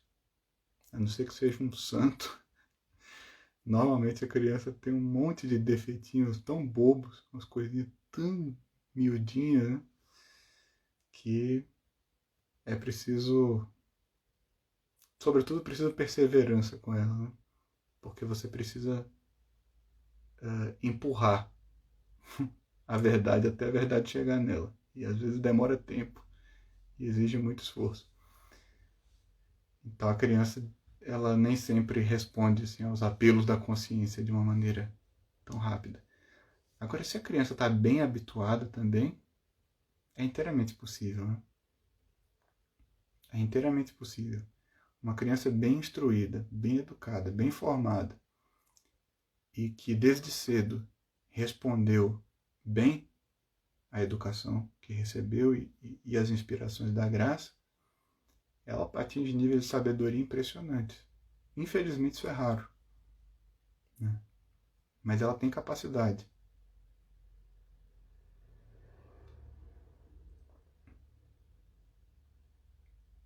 Eu já percebi coisas assim em crianças bem pequenininhas, de 3, 4 anos. Momentos. relances. Né? Mas a gente vai observando e às vezes a gente vê. É um privilégio, é que nem você está no meio do mato, assim, observando pássaros. E aí um dia aparece um pássaro exótico, sabe?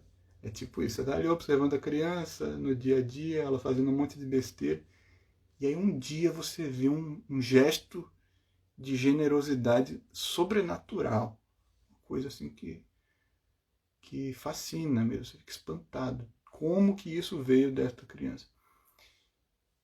O que mostra que a graça atua nas crianças pequenininhas também.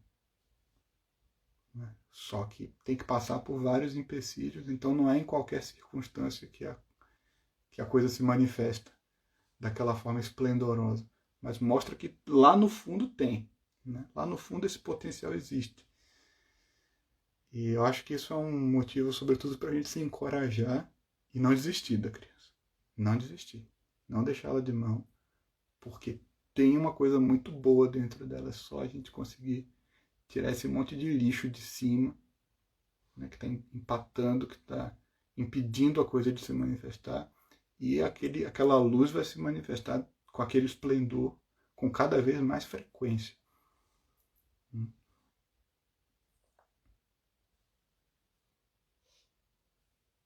E aí é claro, na medida que ela cresce, quanto mais capacidades ela desenvolve, mais dificuldades ela tem. Então, você tem ali uma criança, por exemplo, de 8 anos, que está maravilhosa. Teve uma boa instrução, correspondeu bem, está com bons hábitos, né? Está bem direcionada, bem encaminhada. Mas aí ela cresce um pouquinho e vem um impulso novo que ela não tinha experimentado antes. Por exemplo, de repente ela nunca tinha experimentado um impulso de avareza com dinheiro. E aí ela entende o que é dinheiro. Quando ela entende o que é dinheiro, a avareza vem, sobe. E ela nunca tinha experimentado aquilo antes. Então ela tem que aprender a lidar com aquilo pela primeira vez. É uma dificuldade. A criança precisa estar se vigiando constantemente, se examinando constantemente. E claro que os pais e educadores ajudam bastante a lembrá-la disso, né? De que ela precisa se examinar. Porque ela vai ter que lutar esses combates um por um conforme eles aparecerem. A boa notícia é que às vezes ela vence. Né? Às vezes a gente fica até surpreso quando ela relata ou quando a gente percebe de alguma forma que ela passou por aquela tentação e venceu. E às vezes venceu sem ajuda nossa, né? Venceu sozinha. A gente só vê os efeitos depois. Então isso existe e é mais um motivo para a gente crer que sim, as crianças têm acesso à graça. Eu particularmente acredito que o batismo é muito importante nisso, que não é a mesma coisa para uma criança que não foi batizada. Eu acredito sim que a gente vê esses acessos de graça com muito mais esplendor e muito mais frequentes nas crianças batizadas. Só que o batismo não é tudo, né? O batismo ele implanta uma semente. Essa semente precisa ser cultivada para germinar.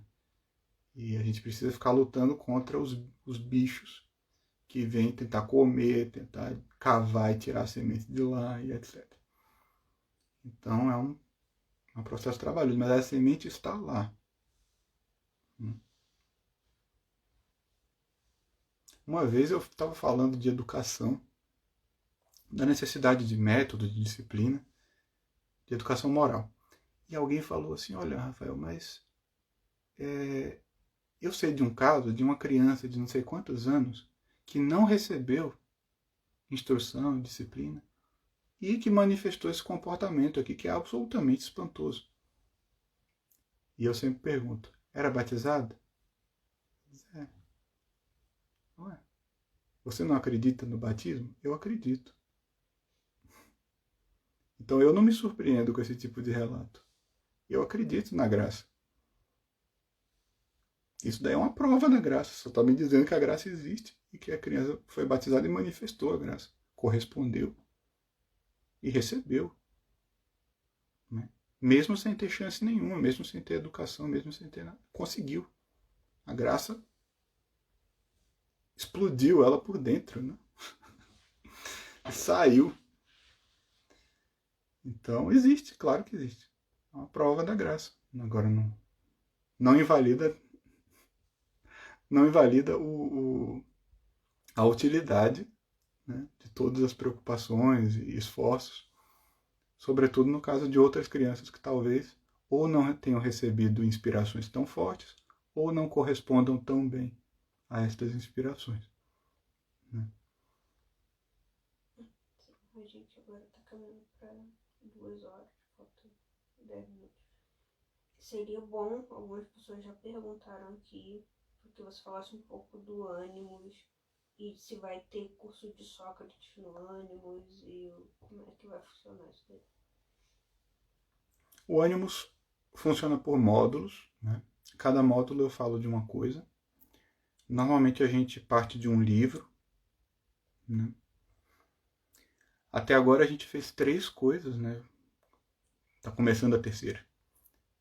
A gente fez a leitura de uma parte do Orgulho e Preconceito. Eu queria, sobretudo, falar sobre o problema fundamental do livro, que é o problema das impressões, né? Das impressões que a gente tem das pessoas e o que as pessoas realmente são. E esse problema de você analisar, né, o que está por detrás das reações de uma pessoa, que às vezes as reações de uma pessoa parecem uma coisa e são o contrário. E como que a Jane Austen fazia isso no Orgulho e Preconceito. E vocês percebem que agora há pouco falei de método socrático, falei de você interpretar, né, a reação negativa de uma pessoa. Que 2 pessoas podem ter tido uma reação negativa, mas podem ser sinais de coisas completamente diferentes. E tem um pouco a ver com isso. Né? E depois a gente foi para um exame de uma filosofia exótica, o taoísmo, que eu expliquei usando alguns símbolos populares, usando o conceito de ninja e aplicando isso à filosofia. O que seria um ninja dentro da filosofia? Uma pessoa que tem uma atitude de ninja dentro da filosofia. E eu tentei explicar o taoísmo a partir disso. O que uma coisa tem a ver com a outra? Tem a ver que, no caso do Orgulho e Preconceito, a gente estava falando de existências humanas e como elas se manifestam, mas talvez estava um pouco mais no plano da manifestação e da interpretação dessas manifestações.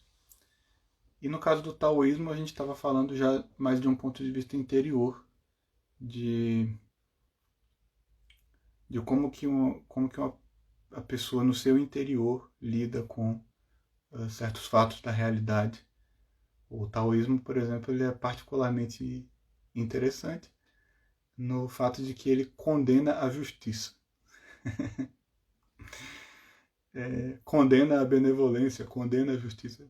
A gente se pergunta, em que sentido isso tem que ser interpretado? Né? Como é que uma filosofia pode condenar a justiça? E daí a abordagem ninja. Né? Por que o taoísmo condena certas atitudes supostamente morais e corretas, mas que ele condena como erros que impedem o acesso à verdade? Então é uma discussão um pouco mais para o lado de dentro. O Orgulho e o Preconceito foi uma discussão mais para o lado de fora, o taoísmo foi mais uma discussão para o lado de dentro. Mas eu acho que em todos os momentos a gente está fazendo análise existencial, quer dizer, a gente está analisando as condições da vida moral do homem. E por que Sócrates? Porque eu estou lendo um diálogo platônico. Né? Só juntar isso que eu estou falando com o que eu falei durante essa aula. O método socrático é essencialmente um método de análise existencial. né? A preocupação central de Sócrates é com a vida moral do homem e com a necessidade do homem se colocar na sua posição existencial real e não de ficar pensando e tendo ideias abstratas, né? Então não é que eu vou dar um curso de Sócrates, é que eu vou fazer um módulo do ânimo lendo e analisando um diálogo socrático, porque eu acho que isso é interessante para os objetivos do projeto, que tem muito a ver. Agora, o próximo módulo pode não ser sobre Sócrates, provavelmente não será. Eu vou fazendo, eu vou tateando, pegando por vários lados, mais ou menos como Sócrates, que quando começa uma discussão o pessoal está perguntando se a gente deve ou não deve colocar os jovens para lutar de armadura, e aí o Sócrates transforma aquilo numa discussão sobre o que é virtude e pode ela ser ensinada. Então, mais ou menos isso, a gente vai passando de uma coisa para outra até chegar nas questões mais fundamentais. Depois que chegou numa questão fundamental, a gente sai e vai para um outro cenário em que a gente pode abordar outra questão fundamental, né? A gente não fica parado no mesmo lugar. E todas as coisas que eu abordo no Ânimos, eu abordo porque me parece que tem a ver com a proposta do próprio Ânimos. Então, sempre tem essa flexibilidade e essa falta de sistema, digamos assim. Eu acho que o Ânimos é aporético por excelência. Quer dizer, o negócio do Ânimos é a gente examinar o que realmente importa e não ficar construindo sistemas abstratos. Abstratamente, se você quiser saber o que eu penso, é muito simples. Abre o Catecismo da Igreja Católica, é aquilo lá, entendeu?